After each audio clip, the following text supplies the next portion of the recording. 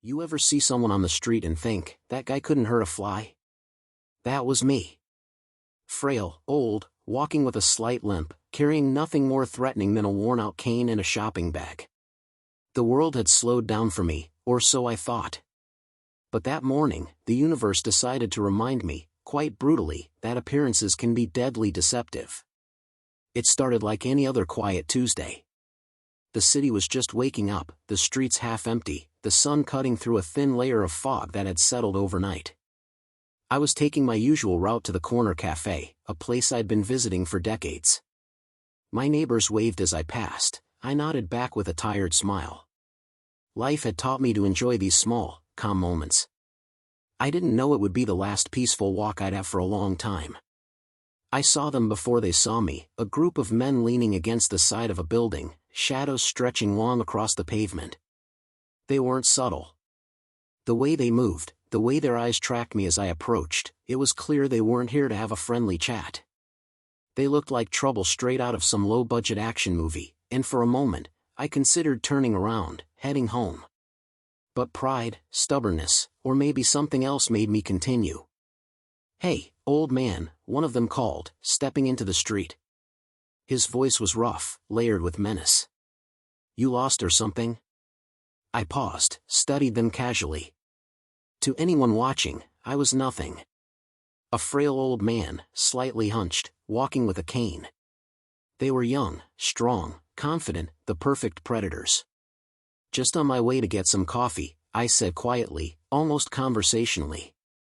The one who spoke laughed, the sound sharp and dangerous. "Coffee, huh? Sounds expensive for someone like you. Maybe we should teach you a lesson instead." I sighed, not out of fear, but mild irritation. "Look, I don't want any trouble," I said, my voice calm. "Why don't you find someone your own size?" That was the mistake that made them think I was weak. That calm, measured tone, they read it as submission. And that's when they lunged. 3 of them, moving fast, thinking they'd have an easy win. One aimed a swing at my head. Another tried to shove me into the wall. The last one circled, ready to trap me if I ran. All of them assumed I'd crumble. I remember thinking, well, let's get this over with. And then the world slowed. I shifted my weight, planted my cane firmly on the ground, and in one fluid motion, spun it like it was an extension of my own arm. The first man's face met the cane with a thud that echoed down the street. He went down hard, groaning, clutching his jaw. The second tried to kick me while I was distracted. He didn't even make it to me. My left hand caught his ankle midair, twisted slightly, and he collapsed onto the pavement, screaming in pain. By now, the third man was hesitating, his confidence shattered. He had expected an old man who'd barely stand up for himself, and suddenly, he was staring down someone who moved like a ghost. My cane was now in one hand, my free hand poised, my body a perfect machine honed for speed, precision, and power. "You really shouldn't have done that," I said softly, almost disappointedly, as he took a cautious step back. He tried to swing a metal pipe, desperate now, wild with fear. I sidestepped, grabbed it, twisted, and disarmed him with a flick that would have made a professional martial artist proud. The moment seemed to stretch. The fog, the street, the early morning sun, it all froze as I assessed the situation. They were scared now, really scared. They didn't know what they were facing. I could see it in their eyes when it hit them. That old man they thought was harmless. He wasn't. Not by a long shot. I didn't hit them beyond what was necessary. I didn't need to. A few controlled movements, and they were incapacitated, groaning, helpless. I straightened up, adjusting my coat like nothing had happened. My breathing was steady, calm, practiced. "Next time," I said, voice low and unwavering, "think twice before underestimating someone." They scrambled, ran, leaving behind their pride and a few expensive mistakes.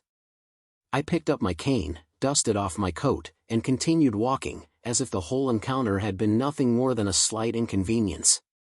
As I reached the cafe, I noticed a few passers-by staring, some wide-eyed, some whispering to each other. I gave them a small nod, a polite acknowledgement of their curiosity. Nobody guessed the truth. Nobody had any idea who they'd just tried to mess with. I sat down with my coffee, calm, almost serene, and reflected. People judge too quickly. They assume weakness based on appearance. They think an old man is just that, old, fragile, easy prey. But strength isn't always loud. Sometimes, it's silent. Invisible. Hidden behind a lifetime of discipline, experience, and a certain set of skills most people never even suspect exist. That morning, the city learned a lesson. I didn't need to raise my voice. I didn't need to chase them down. All I needed was patience, precision, and the quiet knowledge of who I really was. And as the fog began to lift and the first rays of sun glinted off the buildings, I smiled to myself. They came for a weak old man. What they got instead was a storm they weren't prepared for. And they would remember it for the rest of their lives. Because some men, no matter how small, how frail they look, are far more dangerous than the world ever suspects. I am one of those men. And that morning, the city didn't just see an old man walk down the street. They saw John Statham in action.